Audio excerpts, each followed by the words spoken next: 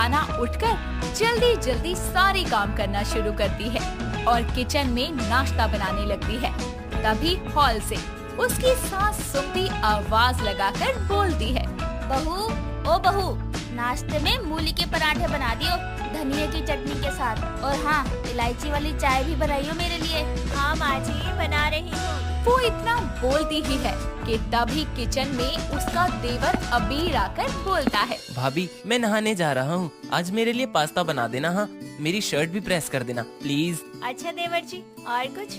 नहीं भाभी, अरे हाँ, वो भैया आपको आवाज लगा रहे थे, शायद उनका वॉलेट नहीं मिल रहा, देख लेना आप। इतना कहकर वो चला जाता है और सुहाना गुस्से में आकर बोलती है, किसी को मूली का पराठा खाना है तो किसी को पास्ता खाना है। सुबह सुबह उठकर इतने सारे काम करती हूँ। अरे कभी कोई मुझसे भी पूछ लो कि मुझे क्या खाना है। घर की बड़ी बहू हूँ, ये एहसास तो मुझे होना कब का बंद हो गया है। ये ला दो, वो ला दो, ये कर दो, वो कर दो। हाय, अरे बहू, नाश्ता ले आएगी या पड़ोसी के घर चली जाऊँ नाश्ता करने? बस थोड़ी देर और माँ जी। सुहाना जल्दी कर, बुढ़िया 2 बार ऑर्डर दे चुकी है, तीसरी बार में आवाज नहीं देगी, सीधा मेरे मायके कॉल कर देगी और ताने देगी। इतना कहकर वो जल्दी से नाश्ता तैयार करती है और टेबल पर लगा देती है और सभी अरे खाने के लिए बैठ जाते हैं। तभी सुमती मेरी चाय में का एक इलायची डालने घूंट को कहा लेकर था मैंने। बोलती है, बहू, अरे सुबह सुबह कानों में रुई ठूस लेती है क्या? मेरी चाय में इलायची डालने को कहा था मैंने। इलायची तो दूर, इसमें दूध भी कम डाला है तूने। वो माँ जी मैंने बराबर सुना था, पर इलायची खत्म हो गई थी तो क्या करती। भाभी मैंने पास्ता बनाने को कहा था, टेबल पर तो मुझे कुछ पास्ते जैसा दिखाई ही नहीं दे रहा, पास्ता भी खत्म हो गया क्या? वो मूली के पराठे बनाने में ही सारा टाइम चला गया, इसलिए नहीं बना पाई। आज यही खा लो, कल खा लेना वो। अरे मेरा वॉलेट कहाँ रखा है? पूरे रूम में ढूंढ लिया, मिल ही नहीं रहा। कमरे में नहीं, हॉल में टेबल पर रखा है। अरे कल आप नहीं तो पार्सल वाले को पैसे देकर अपना पर्स यहीं छोड़ दिया था। आपको कुछ ध्यान रहता है या नहीं? आप बस यही चाहते हैं कि सारी चीजें मैं आपके हाथों में ला कर दूं। अरे क्या क्या देखूं मैं? अरे ठीक है, शांत हो जाओ। चल अबीर, मीटिंग के लिए बाहर भी जाना है। माँ, आज आने में थोड़ा लेट हो जाएंगे, चलते हैं। इतना कहकर दोनों भाई ऑफिस के लिए निकल जाते हैं। तभी उसकी सास सुमती अपनी बहू को देखते हुए बोलती है, बहू तुझे हो क्या गया है सुबह सुबह? किस बात का गुस्सा निकाल रही थी दीपक पर? अरे तुझे पता है ना, उसे अपनी चीजों का ख्याल रखना बिल्कुल नहीं आता।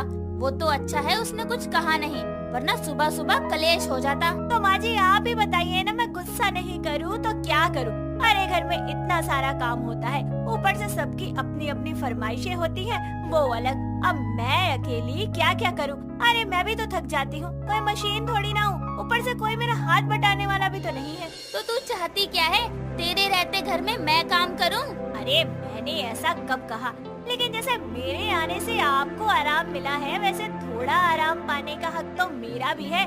देवर जी की शादी करवाने की सोचो, देवरानी आएगी तो मुझे आराम तो मिलेगा, कम से कम मेरे नसीब में भी थोड़ा चैन होगा। सुहाना की बात सुनकर सुमती भी इस बारे में सोचने लगती है और अबीर के लिए रिश्ते देखना शुरू कर देती है। ऐसे ही समय बीतता है और सुमती की छोटी बहू की तलाश आर्या नाम की लड़की पर आकर खत्म होती है और वो अपने अबीर की शादी उससे करवा देती है। और इस शादी से सबसे ज्यादा खुश होती है सुहाना, जिसके कारण वो अपनी देवरानी का स्वागत बड़ी धूमधाम से करती है और उस रात सोते वक्त खुद से बोलती है, चल सुहाना, आराम की नींद सो जा। अब तो तेरी देवरानी आ गई है, सारा काम वही करेगी।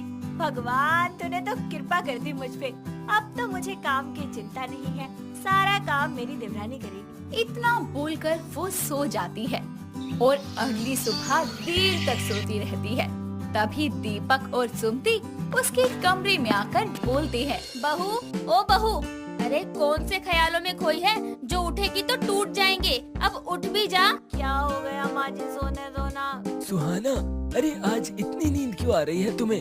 जल्दी उठो, वरना मुझे भूखे पेट ही ऑफिस जाना होगा। अरे माँ जी क्या हो गया? अभी तक देवरानी जी उठी नहीं क्या? मुझे तो लगा नाश्ता आज वही बनाएंगी। अरे तेरी अकल पर ताले पड़ गए हैं क्या? नई बहू आई नहीं कि उसे चूल्हा चौका करने भेज दूं किचन में? चला उठ और जल्दी कुछ बना। चल सुहाना, उठ जा, बन जा भाई। जी माँ जी, जा रही हूँ। जिसके बाद वो किचन की तरफ चली जाती है और शाम को जब वो अपनी छत से कपड़े उतार कर नीचे ला रही होती है तभी उसे चक्कर आने लगता है और वो गिरने ही वाली होती है। तभी आर्या उसे आकर संभाल लेती है और बोलती है, क्या हुआ दीदी, तबीयत तो ठीक है ना? पता नहीं, सुबह से अजीब सा लग रहा है और ये चक्कर भी बार बार आ रहे हैं। बहू कहीं तू। सुमति की ये बात सुनकर सुहाना वॉशरूम में जाकर अपना प्रेगनेंसी टेस्ट करती है जो कि पॉजिटिव आता है और बाहर आकर वो सबको ये खुशखबरी देती है। तभी सुमति उसे गले लगा लेती है और देखते ही देखते 5 महीने का समय बीत जाता है। एक दिन जब सुहाना दीपक के साथ रूटीन चेकअप के लिए क्लिनिक जा रही होती है तो उनकी कार का एक्सीडेंट हो जाता है जिसमें सुहाना को बहुत चोट आती है, जिस वजह से उसका मिसकैरेज भी हो जाता है और घर की खुशियों को नजर लग जाती है। कुछ समय बाद जब आर्या अपनी माँ बनने की खुशखबरी सबको सुनाती है तो सुमति बोलती है, हाय छोटी बहू, तुझे किसी की नजर ना लग जाए। ये खुशखबरी देकर तो तूने मेरी सोई हुई आस को जगा दिया। ओ नलायक, अब तू बाप बनने वाला है, थोड़ा जिम्मेदार हो जा। भैया आपके और भाभी के रहते मुझे जिम्मेदार होने की क्या जरूरत, क्यों भाभी? जी देवर जी। सुहाना अब तक अपने साथ हुए हादसे को भुला नहीं पाई थी और आर्या के लिए सबको खुश होता देखकर उसे बर्दाश्त नहीं होता, इसीलिए वो वहाँ से चली जाती है। जिसके बाद से उसकी सास और घर के बाकी लोग आर्या का हर वक्त ख्याल रखने लगते हैं।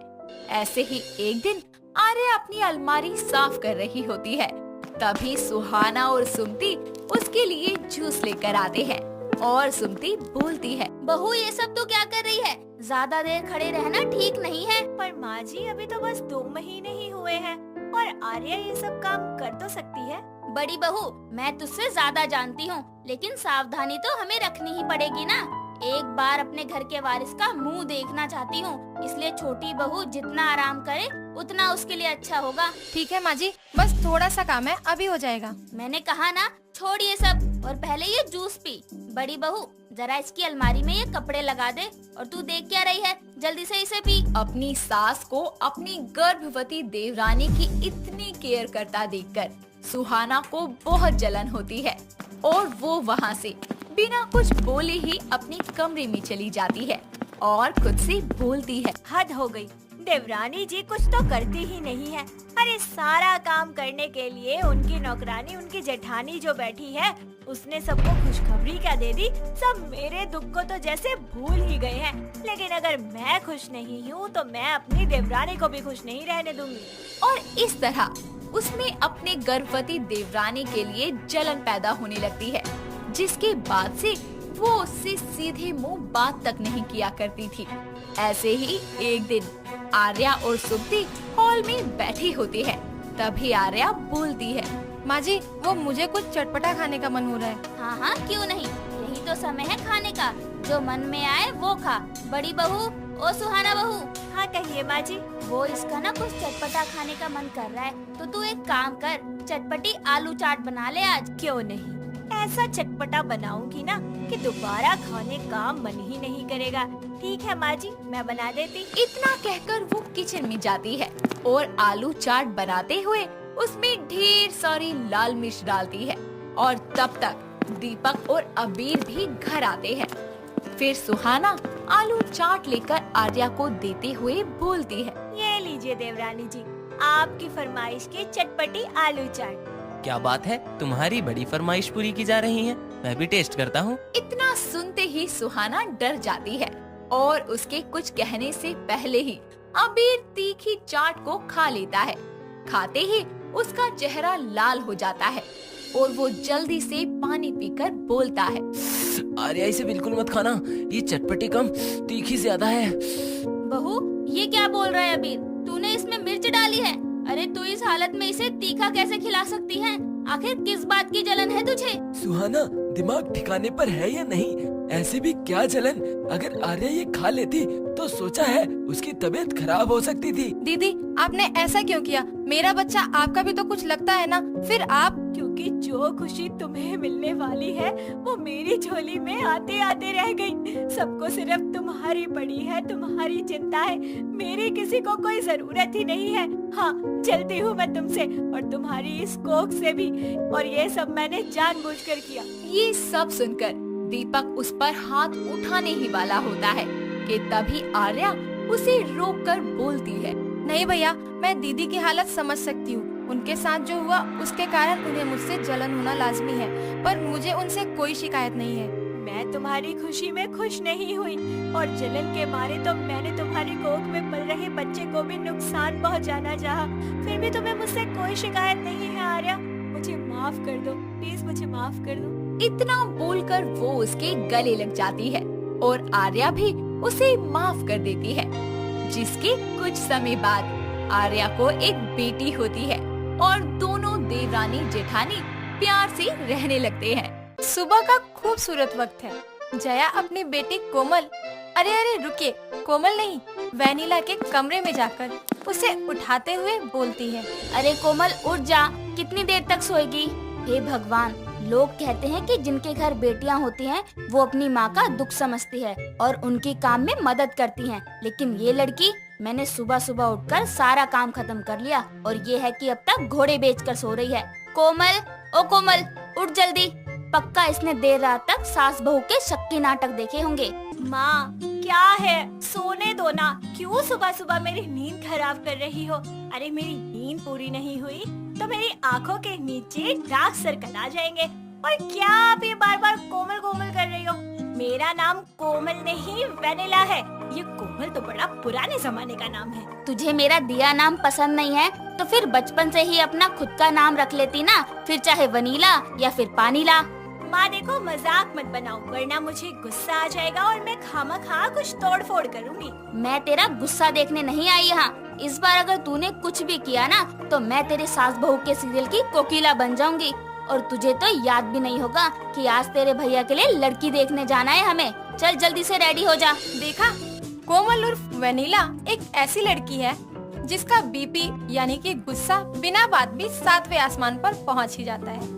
अपनी माँ के कहने पर वो रेडी होती है, जिसके बाद जया अपने बेटे राहुल और बेटी कोमल के साथ लड़की वालों के घर आती है, जहाँ प्रिया अपनी माँ के कहे अनुसार उनका स्वागत करती है, जिसे देखकर जया बोलती है, जी बहन जी, हमें ये रिश्ता मंजूर है। हम जल्दी से जल्दी अपनी बहू को अपने घर ले जाना चाहते हैं। माँ, क्या आप भी एक्सप्रेस ट्रेन की तरह सोची जा रही हो? अरे नेताओं की तरह सोचो ना, घर संभालना देश संभालने बराबर है। पहले इससे पूछो इसे खाना वाना बनाना आता भी है या नहीं। वारे मेरी गुणी औलाद, खुद को तो 2 मिनट में बनने वाली मैगी बनानी तक नहीं आती और तेरे कहने पर मैं अपनी होने वाली बहू से सवाल करूं? चुपचाप अपने मुंह पर ताला लगाकर बैठ जा, समझी? इस तरह दोनों परिवार की सहमति से रिश्ता तय हो जाता है, जिसके कुछ ही दिनों में दोनों की शादी हो जाती है। और शादी के बाद प्रिया अपने ससुराल आती है, जहां जया उसका स्वागत करते हुए बोलती है, बहू, कलश पर पैर लगाकर अंदर आ जा, आज से तू इस घर की लक्ष्मी है। माँ, तुम तो ऐसे बोल रही हो जैसे कि भाभी धन कुबेर भंडार साथ लेकर आई हो। आई बड़ी लक्ष्मी। अब तुझे सीरियल की नंदों की तरह बीच में टपकने की आदत भी हो गई है क्या? या फिर तुझे जलन हो रही है? और अगर जलन हो रही है तो जाकर फ्रिज में बैठ जा, थोड़ी ठंडक मिलेगी तुझे। माँ जी, कोमल दीदी को ऐसे मत बोलिए, जाने दीजिए ना। देख, तू जिसके ऊपर थोड़ी देर पहले हंस रही थी ना, वही तेरे हक में बोल रही है। सीख अपनी भाभी से कुछ। माँ, बस करो। और भाभी, आप भी अपनी झूठी हमदर्दी अपने पास रखो। क्या कहा था मैंने कि मुझे कोमल दीदी मत कहा करो। सबसे पहले तो ये जान लो कि मेरा नाम कोमल नहीं वैनिला है, और आइंदा से मुझे दीदी मत कहना क्योंकि मैं भैया से छोटी। देखा, अपने मन में कुछ भी कल्पना करने वाली कोमल किस तरह अपनी भाभी के साथ रूखा बर्ताव करके वहाँ से अपने कमरे में चली जाती है। ऐसे ही समय बीतता है और अगले दिन प्रिया तड़के सुबह उठकर घर का सारा काम करती है, जिसके बाद वो अपनी नंद के कमरे में चाय लेकर जाती है और उससे बोलती है, कोमल, कोमल, अरे यार मैं तो भूल ही गई। कल कोमल ने मुझे अपना दूसरा नाम बताया था। क्या नाम था? हाँ, याद आया, सिंड्रेला। हाँ, यही बताया था शायद। सिंड्रेला, सिंड्रेला, उठो, चाय लाई हूँ। अपनी भाभी के मुंह से सिंड्रेला नाम सुनकर कोमल को गुस्सा आता है और एक बार फिर वो अपने मन की कल्पना के कारण बिना कुछ सोचे समझे सन की नंद की तरह ड्रामा करते हुए बोलती है। अरे क्या है भाभी, और ये सिंड्रेला किसे बुला रही हो? तुम्हें और किसे? तुम्ही ने तो कहा था ना कल कि मैं तुम्हें कोमल नहीं सिंड्रेला बुलाऊं। अरे पागल हो गई हो क्या? मैंने कब कहा आपसे ये? अरे मेरा नाम वेनिला है, सिंड्रेला तो कार्टून में होती है। मुझे पता है तुम जानबूझकर मेरा नाम बिगाड़ रही हो ताकि कि मैं चिढ़ूं। नहीं नहीं वेनिला, तुम मुझे गलत समझ रही हो। मैं बस भूल गई थी, बस आगे से ध्यान रखूंगी। हे भगवान, कैसी साइको ननद है, पता नहीं चलता कि कब किस बात पर परमाणु बम की तरह फट जाए। प्रिया चाय देकर वहाँ से चली जाती है, जिसके बाद कोमल के फोन पर उसकी सहेली चारू का फोन आता है और वो बोलती है, हेलो, कैसी है वेनिला तू? अरे पूछो मत, 2 दिन नहीं हुए भाभी को आए और नाम को लेकर इतनी बहस होती है ना कि क्या ही बताऊं। खैर छोड़ो, चाय पियोगी क्या? अरे वेनिला, मैंने सुना है कि ये भाभियाँ ना बहुत चालबाज होती हैं और तूने तो अपनी भाभी से बहस कर लिया। देख कहीं चाय में कुछ मिला के ना लाई हो, समझी? चल बाय, मुझे क्लास जाना है। पहले से ही मन में बहुत कुछ सोचने वाली कोमल को अब अपनी सहेली की बातें सच लगने लगती है, जिसके बाद वो मानसिक रोगियों की तरह बिहेव करती है और किचन में अपनी भाभी के पास जाकर बोलती है, भाभी ये चाय पहले तुम पियो। अरे लेकिन ये चाय तो मैंने तुम्हें पीने को दी थी, मैं तो चाय पी चुकी हूँ। अच्छा, यानी मेरी सहेली बिल्कुल सही कह रही थी। बताइए क्या डाला है आपने इस चाय में? चाय में क्या क्या डाला जाता है तुझे इतना भी नहीं पता क्या? चीनी, चाय पत्ती, इलायची, यही तो होता है। तू सुबह सुबह CID बनकर इतने सवाल क्यों कर रही है बहू से? क्योंकि माँ भाभी ने इस चाय में पक्का कुछ न कुछ मिलाया है, जिसे पीकर मैं बीमार हो जाऊंगी और क्या पता मैं मर ही जाऊं। तभी तो मेरे इतना कहने पर भी ये चाय नहीं पी रही। कोमल, इस बार तेरा ज्यादा हो गया है। मुझे लग रहा है ना कि तेरे दिमाग को शक के कीड़े ने पूरी तरह जकड़ लिया है, समझी? और ये तेरी हरकतें बढ़ती जा रही हैं। तू ना सास बहू के नाटक देखकर पगलाती जा रही है। बस करो माँ, मुझे गुस्सा मत दिखाओ। मैंने एक टीवी सीरियल में देखा था कि किस तरह से बहू के आ जाने पर माँ बदल जाती है। माँ बेटी की बहस को खत्म करने के लिए प्रिया उस चाय को पी लेती है, जिसके बाद जया बोलती है, देख ले आंखें बाहर निकाल कर, बहू तेरे सामने है, वो भी सही सलामत। और अगर तेरे दिमाग में कुछ ज्यादा चल रहा है ना तो खुद ही बना ले अपना खाना। बहू, तू इसका खाना मत बनाइयो। माँ, आप कल की आई हुई भाभी से मेरी तुलना क्यों कर रही है? अरे मैं क्यों बनाऊं किचन में खड़े होकर खाना? मुझसे नहीं बनाया जाता। कल को जब मेरी शादी हो जाएगी तो खाना ही तो बनाना है मुझे, और क्या करना है? ऐसे ही कुछ दिन बीत जाते हैं। शक के मिजाज और गुस्सैल स्वभाव की कोमल अपनी भाभी का कुछ भी बनाया खाना घर के सदस्यों के खाने के बाद ही खाना शुरू करती है। एक दिन वो किचन में पानी पीने जाती है और खुद से बोलती है, हाय, अब जाकर कहीं मेरी प्यास बुझी है और ये कैसी अजीब सी स्मेल है। वो ये बोल ही रही होती है कि तभी उसकी नजर गैस पर जाती है, जो गलती से खुला छूट जाता है और ये देखकर वो चिल्लाते हुए बोलती है, माँ, माँ, कहाँ हो? भाभी आप कहाँ हो? दोनों के दोनों अभी आओ। अब कौन सा नया ड्रामा सूझ गया तुझे? माँ देखो, आप तो खाना नहीं बनाती, भाभी ही बनाती है ना। इन्होंने जानबूझकर गैस खुला छोड़ा था ताकि जैसे ही मैं गैस ऑन करूँ, माचिस जलाऊं, मेरा ये खूबसूरत सा चेहरा जल जाए। ये मुझे मारना चाहती हैं। माँ जी, मैंने तो बंद किया था, लगता है गलती से छूट गया। सॉरी माँ जी। अरे कोई बात नहीं बहू, आगे से ध्यान रखिए। और कोमल, मुझे ये बता कि तू गैस जलाना ही क्यों चाहती थी? और ये छोटी छोटी बातों को तिल का ताड़ मत बनाया कर। माँ, आपको मेरी बात छोटी लग रही है? अगर आज मुझे कुछ हो जाता, आप बैठकर रोती, वो ज्यादा अच्छा होता। पगला गई है तू? सास बहू के नाटक का तुझ पर भूत सवार हो गया है ज्यादा। माँ जी, मुझे लगता है हमें कोमल को ना मानसिक डॉक्टर को दिखाना चाहिए। न जाने इसे क्या हो जाता है, पल भर में इसे गुस्सा आ जाता है और शक का तो पूछिए ही मत। साइको की तरह बर्ताव है इसका। क्या कहा भाभी आपने? मैं साइको नंदू? हाँ, देख ही रही हूँ, तेरी सन की हरकतें बढ़ती जा रही हैं। ऐसा लग रहा है कि तू मानसिक रोगी हो गई है। कल तू डॉक्टर के पास चलेगी। अगले ही दिन वो कोमल को साइकियाट्रिस्ट के पास लेकर जाते हैं, जहाँ डॉक्टर उनसे बोलता है कि कोमल बिल्कुल ठीक है।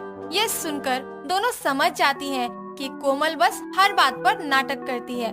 जिसके बाद वो घर आते हैं और कोमल का नाटक देखना बंद कर देते हैं। साथ ही उसके किसी भी सन की बात पर ध्यान देना बंद कर देते हैं। जिसके बाद धीरे धीरे उसकी साइको हरकतें खत्म हो जाती हैं और वो खुशी खुशी रहने लगते हैं। राधा और कबीर की शादी को 1 साल हो गया था। राधा बैठी हुई टीवी देख रही थी।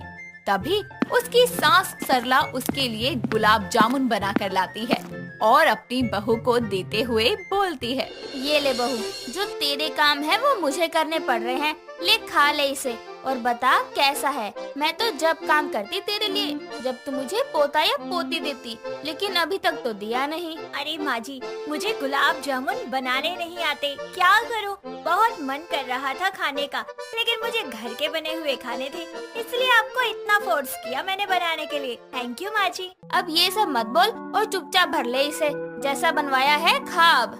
जी माँ जी। इसमें इतनी गंदी सी स्मेल क्यों आ रही है? अभी तो मेरा इतना मन कर रहा था खाने का, लेकिन अब अचानक से क्या हो गया? नहीं, ये तो मुझसे बर्दाश्त ही नहीं हो रहा। अब मुंह क्यों बना रही है? खा क्यों नहीं रही? माँ जी, मुझे बहुत अजीब सी महक आ रही है, इसमें से उल्टी जैसा मन हो रहा है, मैं नहीं खा सकती। राधा ये बोलकर अपने मुंह पर हाथ रखकर वॉशरूम चली जाती है और कुछ देर बाद वो बाहर आती है और सरला बोलती है, अभी तो इतना कह कर बनवाया तूने और अब उल्टी आ रही है मेरे गुलाब जामुन बिना खाए ही। नहीं माँ जी, क्या हो गया? 1-2 दिन से मुझे बहुत वीकनेस सी फील हो रही है और चक्कर भी आ रहे हैं। क्या तुझे उल्टी और चक्कर आ रहे हैं? इसका मतलब मैं जो सोच रही हूँ वो सही है, मैं दादी बनने वाली हूँ। अरे बहू, तू माँ बनने वाली है। शुक्र है भगवान का, आपने मेरी सुन ली भगवान। माँ जी, आप ऐसे कैसे कह सकती हैं? हमें पहले डॉक्टर से कंफर्म कर लेना चाहिए। मैं बोल रही हूँ ना, तेरे ये लक्षण माँ बनने के ही हैं। फिर भी अगर तुझे विश्वास नहीं हो रहा मेरी बात पर, तो चल डॉक्टर के पास चल। यही तो मैंने कहा माँ जी। ये बोलकर सास बहू दोनों हॉस्पिटल जाते हैं, जहाँ डॉक्टर राधा का चेकअप करती है और कुछ ही देर में उसकी रिपोर्ट आती है और डॉक्टर बोलती है, congratulation both of you. Radha अब माँ बनने वाली हो, इट्स ट्रू। और अब माताजी, आपको अपनी बहू का खूब अच्छे से ध्यान रखना पड़ेगा। खूब अच्छी और हरी सब्जियाँ खिलानी है, जिससे माँ और बच्चा दोनों स्वस्थ रहे। थैंक यू डॉक्टर, मुझे तो यकीन ही नहीं हो रहा। माँ जी, आपने सुना, आप दादी और मैं माँ बनने वाली हूँ। मैंने तो पहले ही कहा था, लेकिन तू ही नहीं मानी। शुक्रिया डॉक्टर साहिबा, अब मैं चलती हूँ।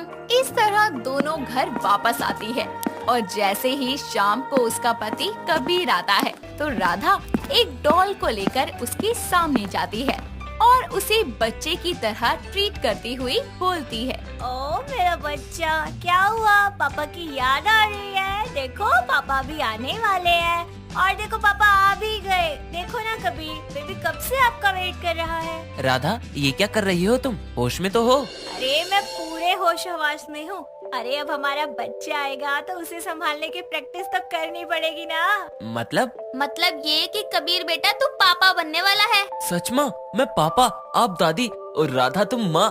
थैंक यू गॉड, आज आपने मुझे बहुत बड़ी खुशी दी है। Thank you.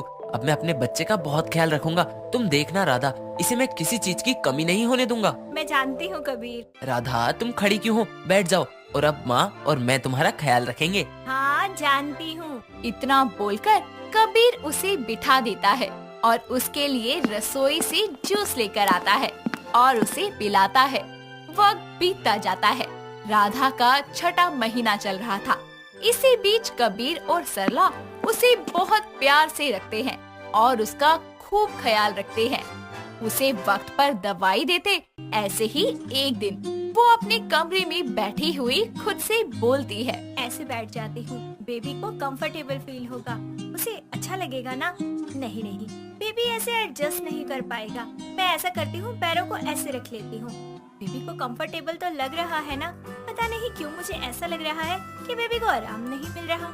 ये बोलकर राधा अलग अलग पोजीशन में बैठने लगती है और कभी कभी तो लेटकर करवटें लेती है। तभी उसकी सास ट्रे में चाय और दूध लेकर आती है और राधा उसे देखकर चाय उठाकर बोलती है, अरे वाह माँ जी, चाय! अच्छा हुआ जो आप ले आई, मेरा बहुत मन कर रहा था चाय पीने का। रख चाय, तेरे लिए नहीं है ये, वो मैं अपने लिए लाई हूँ। तू तो दूध पी, वरना बच्चा चाय पीकर चाय जैसा हो जाएगा, अच्छा नहीं लगेगा फिर। अब ठीक है, ये पी। माँ जी कैसा भी होगा तो अपना ही। ये भी ठीक है। अच्छा, कल तुझे कबीर के साथ सोनोग्राफी कराने जाना है, याद रखना, उठ जाना टाइम से। हाँ माँ जी, मुझे याद है। शाम को कबीर ऑफिस से घर आता है और राधा के गले लगकर फिर अपनी बेबी को किस करके बोलता है। तो कैसा रहा दिन मेरे बेबी के साथ? क्या मस्ती करी? अरे तुम्हारा मूड इतना खराब क्यों है? तुम्हारी माँ क्या समझती है मुझको? अरे मैं प्रेग्नेंट हूँ, बीमार नहीं। ये नहीं कि मैं सब कुछ भूल गई हूँ, मुझे अपने बच्चे का ध्यान रखना आता है। बेबी क्या हुआ? माँ ने क्या कहा? तुम्हारी माँ ने कल मुझे जल्दी उठने के लिए बोला था और ये भी बोला था कि मुझे उठकर तुम्हारे साथ हॉस्पिटल जाना है। मतलब मैं तो जैसे भूल ही जाऊंगी। मुझे तो पता ही नहीं है कि सुबह तुम्हारे साथ जल्दी उठकर मुझे डॉक्टर के पास सोनोग्राफी करवाने जाना है। अरे बेबी, इसमें इतना हाइपर होने वाली क्या बात है? गुस्सा नहीं करते, ऐसे बेबी पर बुरा असर पड़ता है। अच्छा गुस्सा छोड़ो, तुमने स्ट्रॉबेरी आइसक्रीम मंगाई थी ना, लो अब खाकर खुश हो जाओ। नहीं, मुझे नहीं खाना, मुझे मैंगो आइसक्रीम खानी है, मेरा वही खाने का मन है। पर बेबी तुमने तो स्ट्रॉबेरी आइसक्रीम लाने को कहा था। हाँ तो अब मेरा मन नहीं कर रहा है ना ये खाने का। जाओ जाकर दूसरी लेकर आओ। तुम अपने बेबी का ध्यान भी नहीं रख सकते। देखो बेबी, पापा अभी से आपकी बात नहीं मान रहे। हे भगवान, मेरे बेबी को मेरे खिलाफ कर रही हो। ला रहा हूँ, अब बनो मत ज्यादा। कुछ देर बाद कबीर उसके लिए मैंगो आइसक्रीम लेकर लौटता है और उसे खाने को देता है। बेबी देखो, आपके पापा आपके लिए मैंगो आइसक्रीम लेकर आए हैं। अब मैं आपको जल्दी से खिलाती हूँ। जिसके बाद वो खुद सारी आइसक्रीम खाकर बोलती है, क्या हुआ बेबी, आपको पसंद नहीं आया मैंगो आइसक्रीम? ओह नो, यानी कि अब आपके पापा को फिर से जाना पड़ेगा। तुम ये क्या बातें कर रही हो मेरे बेबी से? पूरी आइसक्रीम चट कर गई और एक बार पूछा भी नहीं। देखो, अब बेबी कह रहा है कि उसका चटपटा खाने का मन कर रहा है, तो उसके लिए गर्मा गर्म समोसे और भेलपुरी ले आओ, और वो भी तीखी वाली एकदम। चलो जल्दी से जाओ, वरना बेबी क्या सोचेगा कि कैसे पापा है उसके। अच्छा मेरी माँ, ला रहा हूँ। मेरे बच्चे को मेरे अगेंस्ट और मुझे इमोशनली ब्लैकमेल करना बंद करो। जिसके बाद कबीर फिर बाहर जाता है और अपनी बीवी के लिए उसकी पसंद की चीजें लेकर आता है। अगले दिन वो कबीर के साथ डॉक्टर के पास चेकअप करवाने जाती है और कुछ देर बाद रिपोर्ट्स आती है और नर्स उन्हें सोनोग्राफी की रिपोर्ट्स देती है, जिन्हें देखकर दोनों बोलते हैं, कबीर देखो ना, मेरे बेबी के लिप्स बिल्कुल मेरी तरह हैं। हाँ, और इसकी चीक्स और आइज मेरी तरह हैं। हाँ कबीर, हमारा बेबी कितना क्यूट है। सॉरी मैम, आपकी रिपोर्ट्स ये थी, वो गलती से किसी और की रिपोर्ट्स आपको दे दी थी। अच्छा लाओ वो दो। कबीर, हमारा बेबी, इसके लिप्स और आइज बिल्कुल हम दोनों पर गए हैं। हाँ, मेरा बेबी बिल्कुल पापा जैसा स्ट्रॉन्ग भी दिख रहा है। सॉरी मैम, फिर से गलत रिपोर्ट दे दी। पक्का यही है आपका बेबी? अच्छा कोई बात नहीं राधा, ये हमारा प्यारा बेबी। वो उस रिपोर्ट में अपने बेबी की तारीफ करते हुए देख ही रहे होते हैं कि नर्स फिर से दूसरी सोनोग्राफी की रिपोर्ट लाती है, जिसे सुनकर दोनों अपने अपने सर पर हाथ मारते हैं। इतने में ही डॉक्टर आकर उन्हें सही रिपोर्ट देती है। वक्त बीतता जाता है। राधा की पड़ोस की औरत उसे अपनी भयंकर प्रेगनेंसी और डिलीवरी के बारे में बताती है, जिसकी बात सुनकर वो डर जाती है। राधा का 9 महीना पूरा हो जाता है। ऐसे ही एक दिन उसे लेबर पेन स्टार्ट हो जाता है, जिसके बाद उसकी सास और उसका पति उसे हॉस्पिटल ले जाते हैं और डॉक्टर उसे एडमिट करती है।